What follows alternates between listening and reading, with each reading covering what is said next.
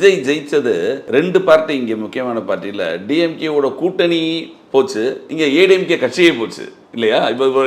இவர் ஒரே ஒரு ஜெயிப்பு. ஆமாம், இது வந்து சுனாமி தான், அடிச்சு தூக்கி போட்டுடுச்சு. இல்லை அதாவது குதிரை பேரம்ன்றது ரொம்ப குற்றச்சாட்டு வருது. இல்லை பேசுவாங்க, யார் குதிரை பேரம் பண்ணுறாங்கன்னா இப்போ பேசணும்.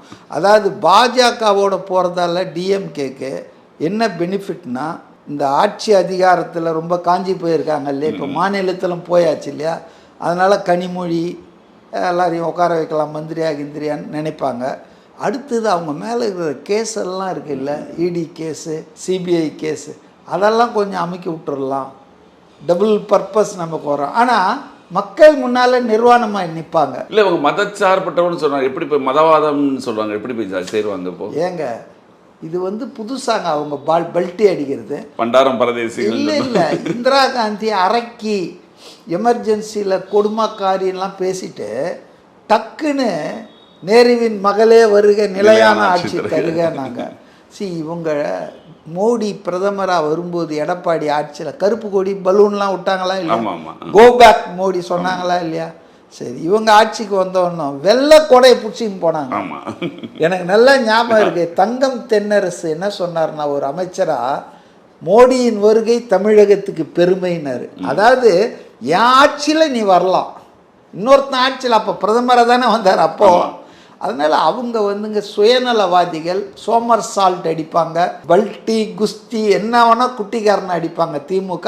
அதுக்கு ஒரு வியாக்கியானம் சொல்லுவாங்க, மத்தியில் கூட்டாட்சி மாநிலத்தில் காட்டாட்சி, சுயாட்சி இல்ல, மாநிலத்தில் காட்டாட்சி நடப்பதால் நாம் மத்தியில் கூட்டாட்சி வைத்தோம். டயலாக் வைக்கிறதுக்கு, ஆனால் அந்த டயலாகை இப்போ யாரும் நம்புறதுக்கு ஆள் இல்லை, அதுதான் விஷயம். அது அந்த காலம்லாம் மலை ஏறிடுச்சுங்க.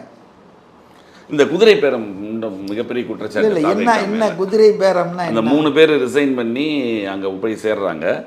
ஒரு ஓட்டு அவங்க இது வரைக்கும் இந்த அதிமுக எம்எல்ஏ 3 பேருக்குமே ஓட்டு போட்டது வந்து தாவேக்காவுக்கும் வரக்கூடாது, திமுக வரக்கூடாதுன்னு தான் ஓட்டு போட்டிருப்பாங்க. ஆனால் இவங்க போய் தாவேக்கால சேரும்போது இது குதிரை பேரம் இல்லையா, ஏதோ ஒரு எதிர்பார்த்து தானே போயிருக்காங்க. சரி, ரொம்ப பிரின்சிபலாக நீங்கள் கேள்வி கேட்டீங்க, நானும் பிரின்சிபலாக அவங்களுக்காக தான் ஓட்டு போட்டாங்க, இவங்களுக்கு தான் ஓட்டு. சரி, திமுகவுக்கு போட்ட ஜனங்க அதிமுகவுக்கு போட்ட ஜனங்க யாருக்காக ஓட்டு போட்டாங்க? இவங்க 2 பேரும் எப்படி 4ஆம் தேதி ராத்திரி ஒன்றானாங்க? அது என்ன பேரம்? அது யானை பேரமா, கழுதை பேரமா? இவங்களுக்கெல்லாம் பேரத்தை பற்றி பேசுகிற யோக்கியதை முதல்ல நீங்கள் ஒழுக்கமாக இருந்தால் அடுத்தவங்க முதுகில் அழுக்கு இருக்குன்னு சொல்லணும். Right, number 1. நம்பர் 2 என்னென்னா, இப்போ உண்மையாக என்ன நடந்ததுன்னு எனக்கு தெரியாது, காட் அலோன் நோஸ். ஆனால் ஒரு அரசியல் விமர்சகர் முறையில் நான் சொல்கிறேன், இப்போது ஸ்டாலின் வந்து எதிர்கட்சி தலைவராக இருக்கும்போது கடுமையாக விமர்சனம் பண்ணுவார், எல்லாத்தையும் பாலிட்டிக்ஸ் பண்ணுவார், எடப்பாடியை வாழ விடலை. அப்போ எடப்பாடி ஏதோக்கு என்னங்க இதெல்லாம் பண்ணுறீங்கன்னா, பின்ன எதிர்கட்சின்னா அவியலாக பண்ணுவாங்க, அரசியல் தான் பண்ணுவாங்க சொன்னாரா இல்லையா? இப்போ ஆளுங்கட்சி அவியலாக பண்ணோம், ஒரு கட்சி உடையுது, ஒரு கட்சி பலவீனமாகுதுன்னா அவங்க அரசியல் பண்ண மாட்டாங்களா? நீங்கள் இந்த நிலைமையில இருந்தால் எவ்வளோ பேரை உள்ள தூக்கின்னு போயிருப்பீங்க. அவங்க வழியே வராங்க 25 பேர். ஆனால் எவ்வளோ பிரின்சிபலாக பாருங்கள், நீங்கள் சொன்னதை அவர் சொல்கிறாரு, நீங்கள் ஓட்டு வாங்குறது இபிஎஸ்க்காக, நீங்கள் ஓட்டு வாங்குறது ரெட்டை இலையில், அதோடு எங்கிட்ட வராதிங்க, அது மக்களுக்கு நீங்கள் துரோகம் பண்ணுறாங்க. அதனால் நான் சேர்த்துக்கிறேன், உங்களை கட்சியில் நான் சேர்த்துக்கிறேன், சீட்டு கொடுக்குறதெல்லாம் கூட அப்புறம், கட்சியில் உங்களை சேர்க்குறேன். ஆனால் அந்த எல்லாம் கட்டின புடவையோடு வாங்க, எல்லாத்தையும் அவுத்து போட்டு நகைகெல்லாம் அப்பா கிட்ட கொடுத்துட்டு நீங்கள் வாங்க, நான் காப்பாற்றுறேன் அப்படின்னு சொல்லி எம்எல்ஏ பதவிகளை ராஜினாமா செய்துவிட்டு சாதாரண ஆட்களாக தான் இவங்க வராங்க. இதில் என்ன பேரம் இருக்குது? இதில் என்ன அவங்க எம்எல்ஏவாக வந்து சேர்த்துக்கினாருன்னா அதில் வந்து சிவி சண்முகத்துக்கு போஸ்டிங் கொடுத்துருந்தால் அதை கேட்கலான்றீங்க. அதாவது சிவி சண்முகம் இல்லை, இவங்க பரப்புனாங்க தெரியுங்களா, 25 பேர் குதிரை பேரம் நடக்குது, 7 மந்திரிங்க வரப்போகிறாங்க பாருங்க, நாங்கள் ஒருத்தரம் வரலையே. இவர் நினச்சிருந்தா அதிமுக இன்னும் எரோடு பண்ணியிருக்கலாம், ஒரு 7 பேரை மந்திரி ஆக்கியிருந்தாருன்னு வச்சிங்களேன், அவங்க மேலே கேஸ் நடக்கும், போவோம் வரலாம், அதெல்லாம் இழுத்து விடலாம், 5 வருஷத்துக்கு இழுக்கலாம். அது மட்டும் இல்லை, இந்த 7 பேர் மந்திரியாக கொடுத்தா இவங்க 25 பேர் தானே வந்தாங்க, இன்னும் ஒரு 10 பேர் வந்துட்டு இருப்பான், பரவாயில்லையே அங்கே போனால் பொழைச்சிக்கலான்னு. ஆனால் இவங்க 32 பேர் வந்தால் தான் அஃபிஷியலாக ஸ்பிளிட்டுன்னு கணக்கு வரும், 2/3 as per the recent amendment anti defection லாவில். அப்படி இருக்கும்போது இவங்க வந்து 25 பேர் தான் வந்தாங்க. அது அவங்க தப்பு. அதனால தான் இவர் உடனே லெட்டர் எழுதி கொடுத்துட்டாரு. 32 பேர் வந்தால் ஒன்றும் பண்ணியிருக்க முடியாது. அதனால் அதெல்லாம் தெரிஞ்சு தான் அவங்கள மந்திரி ஆக்கலை. ஆனால் அவங்களுக்கு நன்றி சொன்னார். ஆதரிக்கிறேன்னு சொன்னவங்களுக்கு வீட்டில் போய் ஏன் எடப்பாடிக்கு போகலாம், எடப்பாடி இப்படி இல்லை வேட்டு வச்சிட்டு இருக்கார. எடப்பாடி கேண்டிடேட்டை வித்ட்ரா பண்ணது மட்டும் இல்லை, தீர்ப்பு வந்த பிறகும் திருந்தாமல் திமுகவோட கை கோத்து விஜய் ஆட்சிக்கு வர்றதை தடுத்தார்ல. நாளைக்கு நல்ல சூழல் உருவாகுங்கிறாரு முத நாள். ஆமாம், நல்ல சூழல் நல்லா இருக்குது. அதனாலங்க எடப்பாடி வந்துங்க self centred person, is not a public figure. அவர் வந்து என்னத்தை சொல்கிறது, அவ்வளோ பெரிய கட்சி, நல்ல கட்சி. இந்த சொல்லுவாங்கள்ல கிராமத்தில், அவங்க அப்பாலாம் எவ்வளோ பணக்காரங்க, இவனுங்க இது குடிச்சே கெடுத்துட்டாயா, சொத்தை பூரா அழிச்சான்னு. அது மாதிரி எடப்பாடி வந்து அவ்வளோ குட்வில் இருந்தது. எம்ஜிஆர், ஜெயலலிதா அவங்க மேலே மக்களுக்கு எல்லாத்தையும் அழிச்சு, அது ஏதோ ஒரு இந்த கட்சி அடிமை கட்சி, பாஜகவுக்கு காலில் விழுந்திருக்கிறார்ன்ற அளவுக்கு அந்த கட்சியை சிறுமைப்படுத்திட்டார். ஸோ இவர் தலைமையில் இருக்கிற வரைக்கும் அந்த கட்சியில் விளங்காது, அது வந்து உயிர் தெழாது, அது வந்து ரிவைவ் ஆகாது. மேபி வேறு யாராவது தலைமை வந்து அது கொள்கையெல்லாம் மாற்றிக்கிட்டு திமுக எதிர்ப்பு அப்படியே அணையாமல் அப்படியே வச்சுட்டு தாவேக்காவோட ஒரு ஃப்ரெண்ட்லியாக இருந்தாங்கன்னா அவங்களுக்கு எதிர்காலம் இருக்குங்க. தான் என்னுடைய அசஸ்மெண்ட். கடைசியாக ஒரே ஒரு கேள்வி, பத்திரிகையாளர் சந்திப்பை வந்து தொடர்ந்து தவிர்க்கிறார் விஜய். டெல்லியில் போனப்போ கூட எல்லா சிஎம் பொதுவாக வந்து பத்திரிகையாளர் என்ன பிரைம் மினிஸ்டரை பார்த்தோன்னு சொல்லுவாங்க, அங்கேயும் கூட தவிர்க்கிறாரு. பத்திரிகையாளர்களை ஊடகத்தை பத்திரிகை ஏன் தவிர்க்கிறாருன்னு தொடர்ந்து குற்றச்சாட்டு. சரி, நம்ம நாட்டின் பிரைம் மினிஸ்டர் 12 வருஷமாக எந்த பத்திரிகையாளர் சந்திச்சிருக்காரு, 3 வாட்டி ஜெயிச்சிட்டாரு, எந்த ஊடகத்துக்கு பேட்டி கொடுத்துருக்கிறார், செய்தியாளர் சந்திப்புலாம் நடத்தியிருக்காரா? Not even once. அதை பற்றி யாராவது பேசுகிறாங்களா? அது அவங்கவுங்களுடைய விருப்பங்க. மாநில அரசின் தகவல்களை, செய்திகளை மக்களிடம் கொண்டு சேர்ப்பதற்கு இது பயன்படும். I agree. ஒரு சீஃப் மினிஸ்டர் ப்ரெஸ் கான்ஃபரன்ஸ் வச்சார்னா அதுக்கு வந்து முக்கியத்துவம் உண்டு, செய்திகள்லாம் போயிடும். ஆனால் இன்றைக்கி ப்ரெஸ் கான்ஃபரன்ஸுக்கு முந்திக்கிட்டு செய்தி போகிற அளவுக்கு தகவல் தொடர்பு சாதனங்கள் உள்ளன. சமூக ஊடகங்கள் சும்மா ஒரு ட்விட்டரில் போட்டால் போதும், அது வைரல் ஆகிடும். அது இல்லாமல் சம்மந்தப்பட்ட அமைச்சர்கள்லாம் பேசுகிறாங்க, அவங்கெல்லாம் சந்திக்கிறாங்க. யார்? ஆதவ் அர்ஜுனா ஓவராகவே பேசிகிட்டு இருக்காரு அவர். நிர்மல்குமார், செங்கோட்டையன், அனுபவம் வாய்ந்த ஆள், அருண்ராஜ் எல்லாரும் பேச ஆரம்பிச்சிட்டாங்க. ஸோ அதனால் வந்துங்க இவர் பேசணும், இவர் வந்து பேசணும், அதெல்லாம் யாரும் டிமாண்ட் பண்ண முடியாதுங்க. ரெண்டாவது, விஜய்க்கு பத்திரிகையாளர்கள் மேலே ஒரு நல்ல எண்ணம் இல்லை. அது காரணம் அவருடைய சொந்த அனுபவம் தான். பொய் செய்தி, அறகுறை உண்மை செய்திகள், போகஸ் நியூஸ் எல்லாம் அவருக்கு எதிராக பரப்பினவங்க. ஆட்சிக்கு எதிரான செய்திகளெல்லாம் அப்படியே ஃபில்டர் பண்ணினாங்க. இவங்க வந்து தர்மப்படி அறப்படி நடக்கலை. ஊடகவியலாளர்கள் வந்து பத்திரிகை தர்மத்தை, ஊடக தர்மத்தை கடைப்பிடிக்கலை. கொடைக்கானல் போகிறாரு சீஃப் மினிஸ்டரு, ஒரு ஆள் கேட்குறான், சார் கிளைமேட் எப்படி சார் இருக்குது? கொடைக்கானல் எப்படிடா இருக்கு கிளைமேட்டை? எவ்வளோ பிரச்சனை இருக்குது, எதை பற்றியும் கேட்கல. ஊழல், முறைகேடு, கேஎன் நேரு விஷயம், செந்தில் பாலாஜி மேட்ரு எவ்வளோ இருக்குது கேட்கறதுக்கு. மக்கள் பிரச்சனை இருக்கு. இது மாதிரி தான் ஊடகம், இப்படி தான் நாய்க்குட்டி மாதிரி இருந்தது திமுக ஆட்சியில். இப்போ அவங்க வந்து புலிக்குட்டி மாதிரி ஆவாங்க விஜய் ஆட்சியில். விஜயகாந்தை எப்படி நடத்தினாங்க நம்ம பார்த்தோம்ல. ஸோ அது மாதிரி, அதனால் அவர் வந்து இவங்கெல்லாம் யூஸ்லெஸ் பீப்புள், சோல்ட் அவுட், விற்பனைக்கு போன ஆட்கள். இவங்கக்கிட்ட நான் என்ன பேசணும்? எனக்கு எதாவது பேசணுன்னா நான் மீட்டிங் போட்டு பேசிட்டு போகிறேன், இல்லை நான் ஏதாவது சொல்லணும்னு சொன்னால் ட்விட்டரில் சொல்கிறேன். இவங்க துணையோடு அவர் ஒன்றும் ஆட்சி அமைக்கல. ஊடகங்கள் ஆதரித்து ஆட்சி அமைச்சாரா? கூடிய வரையில் ஊடகங்கள் அவர் ஆட்சிக்கு வராமல் இருக்கிறதுக்கு எவ்வளோ வேலை பண்ண முடியுமோ அவ்வளோ பண்ணாங்க. திமுக ஆதரவாக ஜால்ரா அடித்தாங்க. அப்புறம் இப்போ வந்து அவங்க ஒரு கூப்பிடலன்னா கூப்பிட மாட்டார். அது அவருடைய பர்சனல் இன்ட்ரெஸ்ட்டு. கூப்பிடலாமா வேணாமா, எந்த மீடியாவை கூப்பிடுறது அப்படின்றது அவருடைய பர்சனல். ஆனால் என்னுடைய சின்ன அட்வைஸ் என்னென்னா, he should speak to the media as chief minister.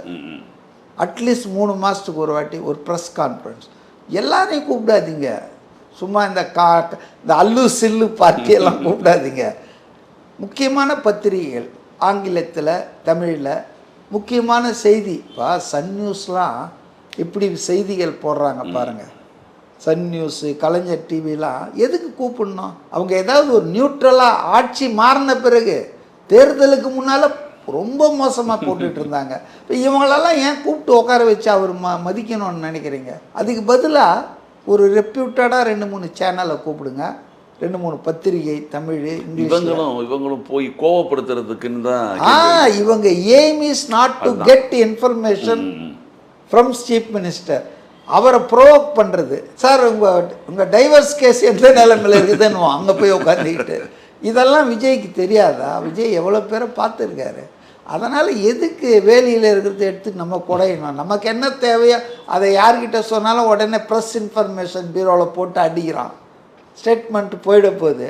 இப்போ தான் செய்தி அவர் டெல்லியிலேருந்து. நான் இன்னொன்று கேட்குறேன், ஒரு பிரைம் மினிஸ்டர் மோடி இந்த மாதிரி ஃபாரின் டிக்னிட்டியை சந்திச்சுட்டு வெளியே வரும்போது, சார் மோடி சார் வாங்க வாங்கன்னு கூப்பிடுவாங்களா? சிஎம் சார் சிஎம் சார் என்னங்க இது கூவுறாங்க? சீஃப் மினிஸ்டர் ஒரு விசிட்டுக்கு வந்திருக்காரு ஃபஸ்ட் டைம் கேபிட்டலுக்கு அப்படின்னா அவங்க office will arrange A press conference. அதுக்கு உட்காந்து அவர் பேசுகிறாங்க. அதெல்லாம் ஏற்பாடு முன் தயாரிப்புலாம் பண்ணுவாங்க. அது பண்ணலைன்னா அது இல்லைன்னு தானேங்க அர்த்தம். அப்போ மூடிட்டு உட்கார வேண்டியது தானே. ரோட்டில் வந்து சிஎம் சார் சிஎம் சார்னா பிஎம் சார்னு எவனா கூப்பிடுவானா? நான் கேட்குறேன், இங்கே இந்த டெல்லி பத்திரிகையாளர்கள் இருக்கானுங்களே இவனுங்க பிஎம் சார்னு கூப்பிட சொல்லுங்கள், நான் அரசியல் பேசுறதை நிறுத்திடுறேன். அதனால் சும்மா அதாவது பத்திரிகைன்றதால நீங்கள் பெரிய கொம்பு இல்லை உங்களுக்கு. You are also a public servant. அந்த ஹியூமிலிட்டி வேணும் உங்களுக்கு. உங்களுக்கு ப்ரெஸ் கான்ஃபரன்ஸ் இருக்குது தானே, அவங்க அதிகாரிகளை கேட்டால் சொல்ல போகிறாங்க, சார் இல்லை sir press conference is not planned today. அவர் நிறைய விசிட்லாம் கேன்சல் பண்ணிட்டு இல்லை வந்துட்டார். அவருக்கு சீப் உங்களுக்கு ப்ரெஸ்ஸில் பேசுறது, உங்களுக்கு நியூஸ் வேல்யூ கொடுக்குறது தான் அவர் வேலையா? கண்டென்ட் கொடுக்கணுமா உங்களுக்கு? விஜய் நன்றி கூட்டம் நடத்தினார் இல்லையா திருச்சியில்? அது அப்போ எல்லாரும் நிறைய பேர் பார்த்தாங்க, நம்மளும் நீங்களும் பார்த்துருப்பீங்க. அதில் முக்கியமான பல்வேறு விஷயங்கள் அவர் பேசினார். ஆனால் அதுவும் ஒரு விமர்சனத்துக்குள்ளே இருக்குது எதிர்கட்சிகளை சேர்ந்தவங்ககிட்ட. குறிப்பாக பார்த்தா அன்புமணி ராமதாஸ்லாம் சொல்லியிருக்காரு, இது ஒரு தேர்தலுக்கு பிந்தைய ஒரு பிரச்சார கூட்டம் மாதிரி இருக்குது. ஒரு யூஸ்ஃபுல்லான இந்த விஷயத்தையும் அவர் அங்கே பேசலை, தன்னை திருப்பி ஒரு பிரச்சார யுக்திக்கு மாதிரியே அதை பயன்படுத்துகிறாருன்னு அவர் சொல்கிறாரு. அதிமுக தரப்புலேருந்து கடும் விமர்சனம். ஏன்னா அவர் திருப்பியும் திமுகவும் தாவேக்கா தான் அகென்ஸ்ட்டு, மிச்ச கட்சியெலாம் கிடையாது அப்படிங்கிறாரு. இதெல்லாம் கடும் விமர்சனங்கள் உள்ள இருக்குது. நீங்கள் என்ன பார்க்குறீங்க? இப்போ இந்த அன்புமணி ராமதாஸ் பாமக தான் அவரை தானே சொல்கிறீங்க. அவர் எந்த கூட்டணியில் இருக்கார்? தேசிய ஜனநாயக கூட்டணி. அதனுடைய பிரதமராக இருக்கிற மோடி 12 வருஷமாக என்ன பேசிகிட்டு இருக்காரு? எலெக்ஷன் ஸ்பீச்சஸ் தான் பண்ணிகிட்ருக்காரு. 12 வருஷமாக வேறு எதுவுமே பேசலை உருப்படியாக. அவர் கூட்டணியில் இருந்துக்கிட்டு இவர் மற்றவங்கள விமர்சனம் பண்ணுறாரு. தமாஷா இருக்குது எனக்கு. ரெண்டாவதுங்க, இப்போ வந்து மோடியை பொறுத்தவரையில் 12 வருஷம் பிரதமர் ஆன பிறகு இன்றைக்கும் காங்கிரஸ் தான் குறை சொல்லிகிட்டு இருக்காரு. உங்களுக்கு தெரியும், நான் ஒன்றும் புதுசாக சொல்ல. நேரு தான் இதுக்கெல்லாம் காரணம்னுவார். 60 வருஷமாக இவங்க பண்ண தவறு தான்றாங்க அப்படின்வார். ஆனால் அவர் விஜய் வந்து 10-15 நாள் தான் ஆச்சு. இவங்க 60 வருஷமாக இவங்க பண்ணியிருக்காங்க மாறி மாறி அதிமுக திமுக. அது அவர் சொன்னால் அது என்ன பிரச்சாரம்? அது பிரச்சாரம் பண்ணால் என்ன தப்புன்ற? அரசியல் கட்சி பிரச்சாரம் பண்ணிட்டு தாங்க இருக்கும். அதனுடைய கொள்கைகளை மக்கள்கிட்ட பேசினா பேசலைன்றாங்க. அமைதியாக இருக்கார், மக்களிடம் பேசவில்லை, ஊடகத்திடம் பேசவில்லை, பேச மாட்டேன்றாருன்றாங்க. பேசினா அதுக்கு இவ்வளோ விமர்சனம் பண்ணுறாங்க. சரி, அவரை பொறுத்தவரையில் எப்போ பேசணும், எவ்வளோ பேசணும், எதை பேசணுன்றதுல தெளிவாக இருக்காரு. அவரே சொல்கிறாரு, 20 நிமிஷம் தான் நான் பேசுகிறேன், அதுக்கு மேலே பேசுறது கிடையாதுன்னு சொல்கிறாரு. ஆமாம், பேச்சை குறைச்சிக்கிட்டு அவருடைய செயல்பாடுகள் சாதனைகள் அவருக்காக பேசணும். சும்மா பிளா பிளா பிளாபான் சீமான் மாதிரியோ மற்றவங்க மாதிரியோ பேசிகிட்டு இருக்கக்கூடாது. நம்மளை பற்றி மற்றவங்க சொல்லலாம், பரவாயில்லையா பேசுகிறதுலாம் நல்லா. காமராஜர் எங்கே இப்போ எவ்வளோ நேரம் பேசிகிட்டு இருந்தார்? he was the best chief minister of Tamil Nadu. Golden period 9.5 வருஷம் அவர் ஆண்டது இருக்க. ஒன்றும் பெருசாலாம் பேச மாட்டார். ஆகட்டும் பார்க்கலாம், அவ்வளோதான். பார்க்கலான்னா முடிஞ்சிடுச்சு. அவர் சொன்னாருன்னா அந்த வார்த்தை வருமானு காத்துட்டு இருப்பாங்க. ஆகட்டும் பார்க்கலாம் அப்படின்னாருன்னா முடிஞ்சிடுச்சுன்னு அர்த்தம். ஸோ அதனால் பேச்சு வந்து இந்த திராவிட கட்சிகள் தாங்க இதை வந்து பேச்சு அரசியல், பேச்சாற்றலையே ஒரு தகுதின்ற மாதிரி கொண்டு போயிட்டாங்க. அவர் சொன்னது மாதிரி அரசியல்வாதிக்கு வந்து தான் நினைப்பதை மக்களுக்கு கன்வே பண்ணணும், அந்த திறமை இருந்தால் போதும். அடுக்கு மொழியில் கம்ப ராமாயணம், அப்புறம் மகாபாரதம், இதிகாசங்கள், வைக்கோலாம் பேசுவாங்க பாருங்கள். இதெல்லாம் போய் நீங்கள் ஏதாவது கிளாஸில் தமிழ் பசங்களுக்கு எடுங்க. மக்களுக்கு சின்சியராக இருக்கிறேன், நான் உங்களுக்கு ஓட்டு போட்டவங்களை நான் விட மாட்டேன், ஓட்டு போடாதவங்களுக்கு நான் தான் முதலமைச்சர் அப்படின்னு ஒரு சென்ஸ் ஆஃப் பிலாங்கிங்கை உருவாக்கணும். அதை வந்து விஜய் நல்லா தானே பேசுகிறாரு, தப்பு. அவரே சொல்லியிருந்தார்ல, திருமண மேடைகள்ல எல்லாம் பேசுறாங்க, ஒப்பாரி வைக்கிறாங்க, கதறாங்க. இல்ல திராவிட இயக்கமே பொதுவா வந்து திராவிட கட்சிகள் ஆரம்பத்துல இருந்து திருமண நிகழ்ச்சியில அது எங்களுடைய பாரம்பரியம் அப்படின்னு சொல்றாரு டிகே சிலவங்க. நாங்க தொடர்ந்து அப்படிதான் பேசிட்டு இருப்போம், அப்படியே பேசிட்டே அப்படியே நாசமா போங்கன்ற. ஏங்க கல்யாணம் போனா அங்க போயிட்டு மணமக்களை வாழ்த்தணும், அது பொது வாழ்க்கை இல்வாழ்க்கை சம்மந்தமாக ஏதாவது சொன்னோம். அங்கே வந்து தாவேக்கா இப்படி ஆயிடுச்சு, சினிமா கவர்ச்சி எல்லாம் முழிப்பானுங்க. இவனுக்கு மேடை கிடைக்கலையா? அதாவது எந்த இடத்துல எதை பேசணும், எந்த இடத்துல எவ்வளோ நேரம் பேசணும், அது ஒரு இங்கீதம் இருக்குது. சும்மா நீங்கள் பாட்டு மைக் அடிச்சதுன்னு பேசிகிட்டு இருக்கக்கூடாது. தாவேக்கால எனக்கு ரொம்ப பிடிச்சிருக்குங்க, எல்லாரும் 2 நிமிஷம் 3 நிமிஷம் மேக்சிமம் 5 நிமிஷம். தலைவர் விஜய் வந்து ஒரு 20 நிமிஷத்துக்கு மேலே பொதுவாக அவங்க மீட்டிங்கில் மிச்சம் யாரும் பேசுகிறதே இல்லையே, இவர் மட்டும் தானே பேசுறாரு. மிச்சப்படி ரொம்ப எல்லாரும் இல்லை இவர் பேசுவார், ஆதவ அர்ஜுனா பேசுவார், புசி ஆனந்த் 5 நிமிஷம் பேசுவார். அவர் வந்து செயல் வீரருங்க. புசி ஆனந்த் வந்துங்க இந்த மக்கள் இயக்கம் இன்னைக்கு தாவேக்காலாம் அதுக்கு அடையாளமாக வந்து விஜய் இருக்கிறாரு, அடையாளமாக விஜய் இருக்கிறாரு, அதனுடைய முகமாக விஜய் இருக்காரு. ஆனால் அதுக்கான உடலாக இருக்கிறது வந்து புசி ஆனந்த் தான். ரொம்ப சின்சியர் மேன், ரொம்ப dedicated to mister Vijay and is party. அதில் வந்து என்ன பெருசாக என்ன, இப்போ நாங்கள் திமுகவில் எல்லாரும் தான் பேசுகிறாங்க, என்ன பண்ணாங்க, பேசி என்ன ஆச்சுங்க? 15 மந்திரி தோத்துட்டானே, அவங்களெல்லாம் விட்டிங்கன்னா 1.5 மணி நேரம் பேசுவாங்க. ஏன் வைகோ 2.5 மணி நேரம் பேசுவார், சீமான் 3.5 மணி நேரம். அதாவது இந்த ரெக்கார்டே கின்னஸ் ரெக்கார்டே உடைப்பார், ஒன்றும் தேர மாட்டேன்றார. அப்போ பேச்சு மட்டுமே போதாது, மக்கள் உங்கள் பேச்சை பற்றி பார்த்து உங்கள் பேட்டிகளை பார்த்து மட்டும் ஜட்ஜி பண்ணுறதில்ல.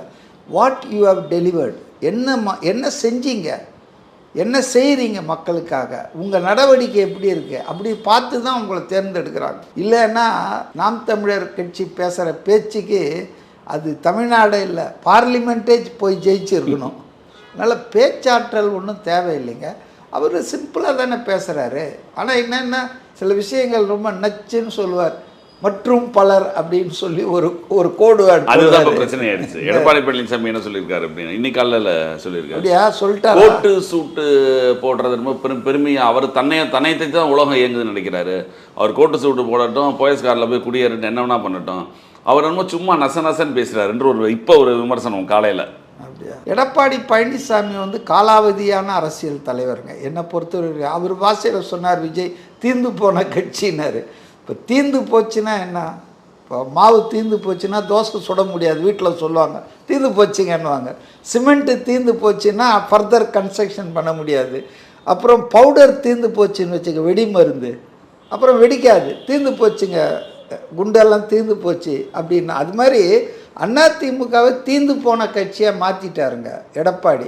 அவருக்கு ஒரே நோக்கம் அதிமுக கட்சியின் பொதுச் செயலாளராக இருக்கணும்.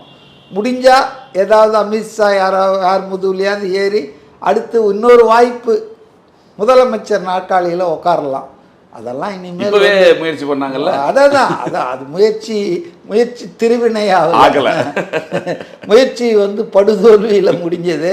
அதனால் வந்துங்க அவரெல்லாம் வந்துங்க என்னுடைய ஆனஸ்ட் அப்ரைசல் என்னன்னா, அவர் தோல்விக்கு பொறுப்பேற்று தொடர் தோல்விக்கு நான் வந்து தலைமையில் இருந்து இவ்வளோ சந்தித்தேன், இந்த தோல்விக்கு பொறுப்பேற்று நான் விலகுகிறேன், பொதுக்குழுவை கூட்டுறேன், பொதுக்குழுவில் வந்து எல்லாரும் வந்து அவங்கவுங்க கருத்துக்களை சொல்லுங்கள், புதிய தலைமையை தேர்வு செய்வோம், அதிமுக கட்சியை பலப்படுத்துவோம் அப்படின்னு பேசினார்னா நான் வந்து புரிஞ்சுக்குவேன். ஸ்டாலின் கூட சும்மா ஒரு சாங்கியத்துக்காவது சொன்னார் மாவட்ட செயலாளர்கள் கூட்டத்தில். அதாவது ஒரு கஸ்டமரியாக கூட அவர் ஒத்துக்கல பாருங்க. போன வாட்டி 66 எம்எல்ஏ இருந்தாங்க, அதே கூட்டணி தான், எக்ஸப்ட் 1 or 2 போனது தவிர. இன்னைக்கு பார்த்தீங்கன்னா 47 ஆகி போச்சு. 47 பெருமையாக சொல்கிறாரு. பெருமை, ஆமாம், அவருக்கு பெருமை. ஏங்க 48% ஓட்டை வாங்கின கட்சிங்க அதிமுக. எம்ஜிஆர் காலத்துலேயும் ஜெயலலிதா காலத்துலேயும் மோர் தென் 50% வாக்காளர்களின் ஆதரவை பெற்ற கட்சி. மோடியா லேடியான்னு சேலஞ்ச் பண்ணி பாராளுமன்ற தேர்தலில் ஒரு மாநில கட்சி அகில இந்திய கட்சியை தோக்கடிச்சிருச்சு. இது வரலாற்றில் இல்லாதது. அதிமுக படைத்திருக்கிற சாதனைகள் பாருங்க. எம்ஜிஆர் இறக்கும் வரையில தொடர்ந்து அந்த கட்சி தானங்க இருந்தது. 13 வருஷம் இல்லையா? கருணாநிதி என்னன்னோ போய் குட்டிக்காரனும் போட்டார். நான் என் இனிய நண்பர் சிகிச்சை முடிந்து வந்தவுடன் அவரிடம் ஒப்படைத்து விடுகிறேன், எனக்கு ஆட்சி பண்ண வாய்ப்பு கொடுங்கலாம் சொல்லி கெஞ்சினார.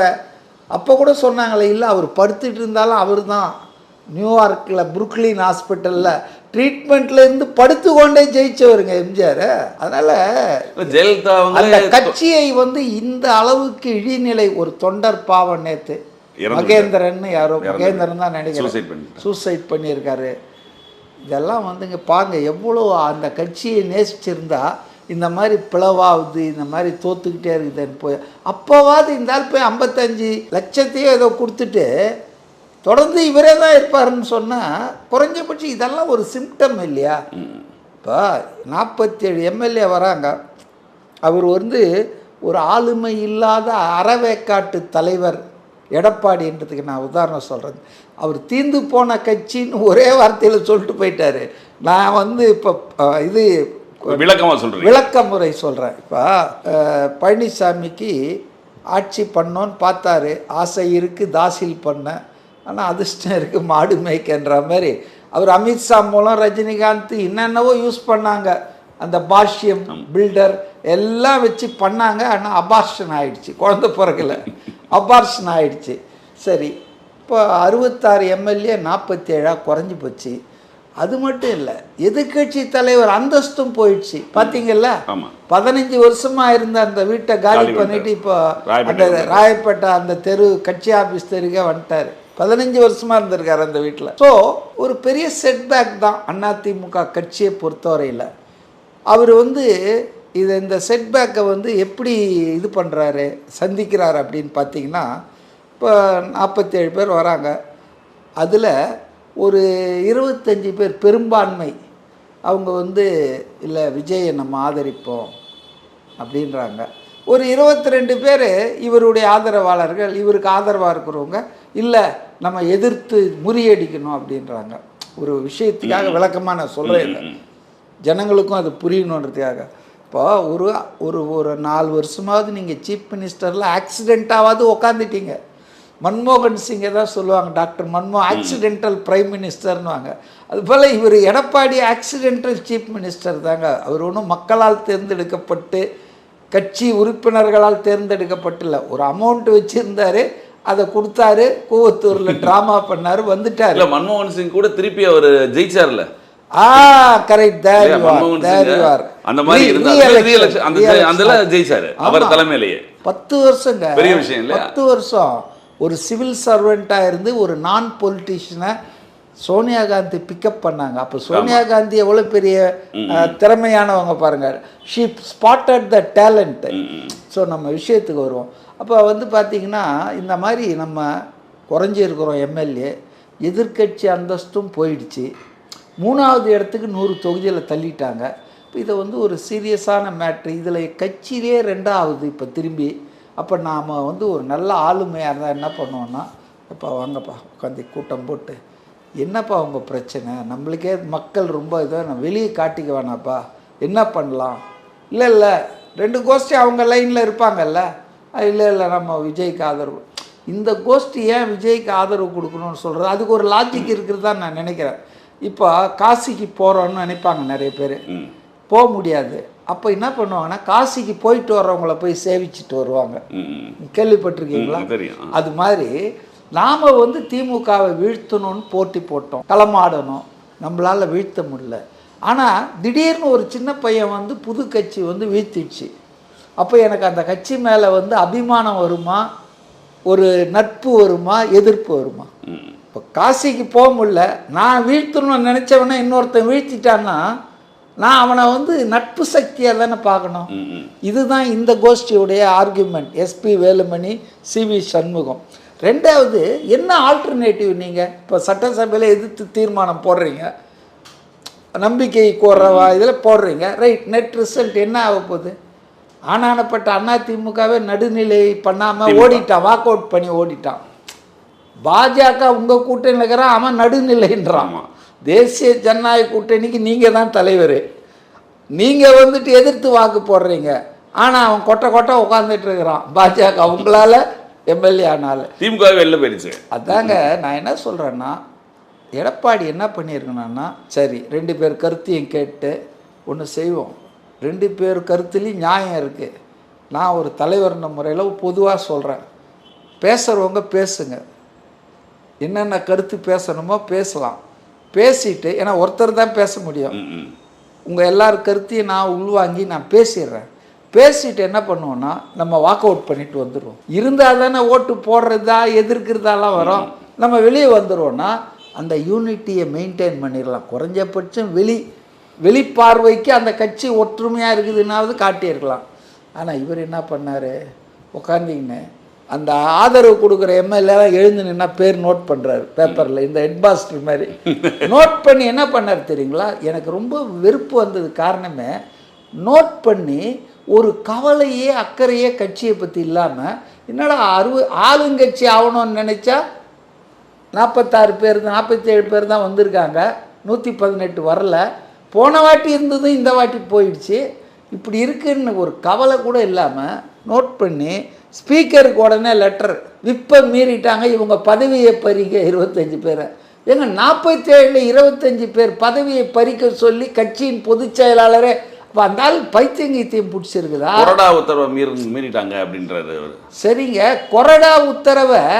கொறடாவை நீங்கள் அப்பாயின்ட் பண்ணுறதுக்கு முன்னால் ஒரு கான்சென்சஸ் இருக்கணும். இல்லை, நான் தான் ஜெனரல் செக்ரட்டரி, நான் சொல்லுவேன்னா கொறடாவுக்கு மெஜாரிட்டி இல்லைன்றது 25 பேர் அங்கே போய் கொடுக்குறானே.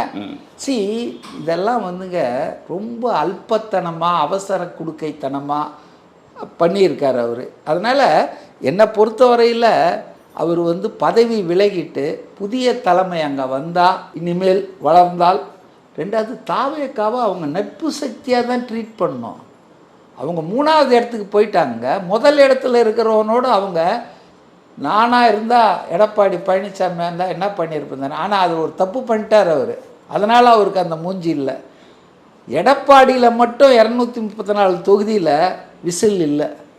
ஏன் அவங்கள அந்த பிரேம்குமாரன் 5 கோடி ரூபாய் கொடுத்து நீ விலைக்கு வாங்கி அவனை போய் பந்தோபஸ்த் பண்ணிட்ட, அவன் தலைமறைவு ஆயிட்டான். ஸோ இதை எந்த கட்சிக்காரனாக இருந்தாலும் கோவம் வரல. திமுக 1000 கருத்து வேறுபாடு இருக்குது, ஆனால் எந்த தொகுதியிலையும் ஆளை தூக்கல. இல்லை, அவங்க ஆளுங்கட்சி திணிக்கும். அவங்க நினச்சிருந்தா நிறைய பேரை தூக்கியிருக்கலாம், இவங்கெல்லாம் அப்பாவிகள் ஏழைகள். ஆனால் எந்த தொகுதியிலும் நடக்கலை. உன்னுடைய எடப்பாடி தொகுதியில் நடந்திருக்குன்னா அதுக்கு நீங்கள் தானே காரணம். அப்போ அந்த விஜய் ஏன் பார்க்கலன்றாங்களே, தன் கட்சி வேட்பாளரையே கடத்தி தன் சின்னம் அங்கே வாக்குச்சீட்டில் வராது பண்ணால் உன்னை என்ன முத்தம் கொடுப்பாங்களா? இதுதான் பேசிக் ரீசன். அடுத்தது, விஜய் என்னைக்கு பார்த்தாரு? 10ஆம் தேதி 13ஆம் தேதி வாக்கு எடுப்புனா 12ஆம் தேதி தான் போய் எல்லா தலைவர்களையும் பார்த்தாரு.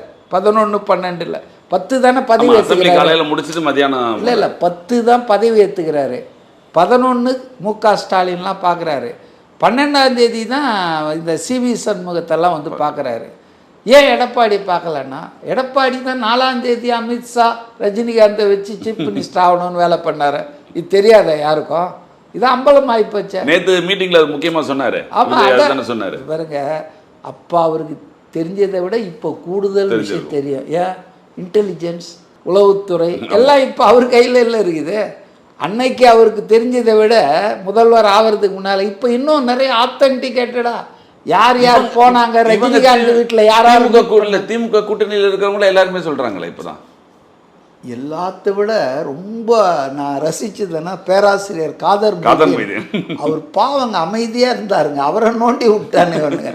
அவர் டெய்லி ப்ரெஸ் மீட்டிங்கில் வந்து நாங்கள் ஒத்துக்கல, முதல் நாள் பழனிசாமினாரு ஸ்டாலின், அப்புறம் வந்து 2வது நாள் திருமாவளவன் நாங்கள் இதை ஒத்துக்கல, இது சரிப்படாது, ஸோ அம்பலமாயிட்டாங்க. திமுக அதிமுக என்பது 50 வருஷமாக நம்மளை ஏமாற்றி இருக்காங்க. இந்த மூர் மார்க்கெட்டில் வந்து கீரி பாம்பு சண்டை விடுவான் தெரியுங்களா, தாயத்து வைக்கிறவன். அதை மாதிரி தமிழ்நாட்டு மக்களை முட்டாளாக்கி நாங்கள் இல்லைன்னா அவங்க இல்லைன்னா நாங்கள் வந்தால் அவங்களுக்கு கான்ட்ராக்ட் பாதி கொடுத்துருவோம், அவங்க வந்தால் எங்களுக்கு பாதி. என்னங்க இது? இப்போ இதை வந்து விஜய் ரொம்ப நாளாகவே சொல்லிகிட்டு இருக்கிறாரா இல்லையா? நமக்கு எதிராக இவங்க எல்லாம் ஒன்றா இருக்காங்களா, அது ப்ரூவ் ஆச்சா இல்லையாங்க? அவர் சின்ன வயசு அனுபவம் இல்லைன்னா கூட சில விஷயங்களை தீர்க்க தரிசனமாக சொல்கிறாரு. கள்ள உறவு இருக்குது பிஜேபியோட அப்படின்னு சொன்னாரா இல்லையா டிஎம்கேக்கு? இப்போ கூகுளில் எனக்கு கிடைச்ச தகவல் ஃபேக்ட்டுன்னு நான் சொல்ல, ஐ காட் சம் இன்ஃபர்மேஷன். கூகுளில் போனாங்க இல்லையா, இப்போ ஒரு போன வாரம் மகன் மாப்பிள்ளை மாமா எல்லாம் போய் உட்காந்து அவங்க எஸ்டேட் இருக்கான், அப்போ தான் எல்லாம் வெளியே வருது. அநேகமாக துபாயில் கூட இருக்கும் எஸ்டேட் இவங்களுக்கு. ஏழை எளிய மக்களை தமிழ்நாட்டில் ஆமாம்மா. இது அந்தால் பாதி நாள் சபரீசன் துபாயில் தான் இருக்கிறாரு, உதயநிதி மீதி நாள் துபாயில் தான் இருக்கிறாரு. அந்த கரூர் சம்பவத்து கூட துபாய்க்கு போயிட்டு திருப்பி துபாய்க்கு போனவர் தான். அவங்களுக்கு இது வந்து இந்த வீடு மாதிரி, பக்கத்து வீடு மாதிரி துபாய். அங்கே நிறைய பிஸ்னஸ் இன்ட்ரெஸ்ட் இருக்குது. ரைட், அதை விடுங்க.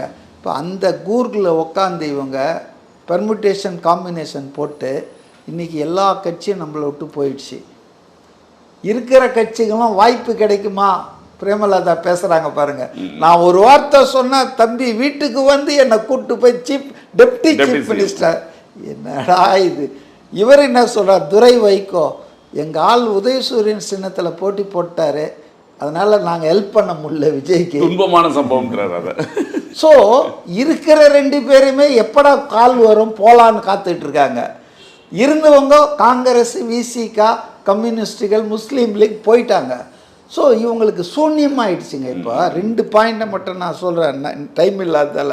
ஒன்று என்னன்னா, 1962 பேரறிஞர் அண்ணா திமுகவை வழிநடத்திய போதிலிருந்து இன்றைக்கி மு.க. ஸ்டாலின் அவர்கள் வழிநடத்தி கொண்டிருக்கிற 2026 தேர்தல் வரை ஒரு 60 வருஷ தேர்தல் வரலாற்றில் தமிழ்நாட்டில் திமுக தனியாக போட்டி போட்டதே கிடையாதுங்க. தேர்தலில் போட்டி போட்டதே கிடையாது.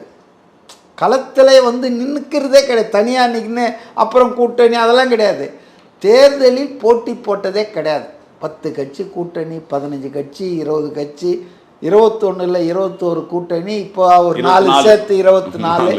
ஆக கூட்டணி கட்சிகள் ஒத்துழைப்பு, தயவு, ஆதரவு இல்லாமல் never DMK won or contested any election, parliament, assembly, local பாடி.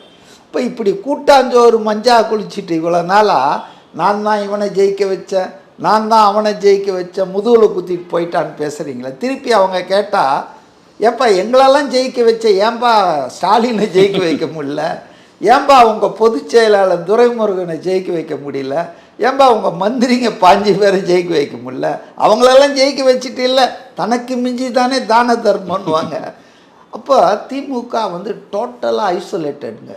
காங்கிரஸ் போனது டெட்லி ப்ளோங்க. ஏன்னா ஒரு பர்செப்ஷனே உருவாயிடுதுங்க. மதச்சார்பற்ற கட்சி, ஒரு நேஷனல் பார்ட்டி வேற இல்லையா? அப்போ பாஜக எதிர்ப்புனா காங்கிரஸ் இருக்கிற இடம் தாங்க. ராமன் இருக்கும் இடம் அயோத்தின்வாங்க தெரியுங்களா, ஒரு சேயிங் இருக்கு. அது மாதிரி காங்கிரஸ் இருக்கும் இடம் தாங்க மதசார்பற்ற சக்திகளின் இருப்பிடம். முஸ்லீம் லீக் இங்கே வந்துருச்சு. சொல்ல வர பாருங்க, டெட்லி ப்ளோ. காங்கிரஸ் போன ஒன்றுமே அதுக்கு 5% 6%, ஆனால் அது 10% பர்செப்ஷனை கொண்டு போயிடுது. பாஜக எதிர்ப்பு, மதச்சார்பற்ற சக்திகள்னு. முஸ்லீம் லீக் போன பிறகு டோட்டல் மைனாரிட்டிஸ் பிளாங்கை காலி ஆயிடுச்சுங்க.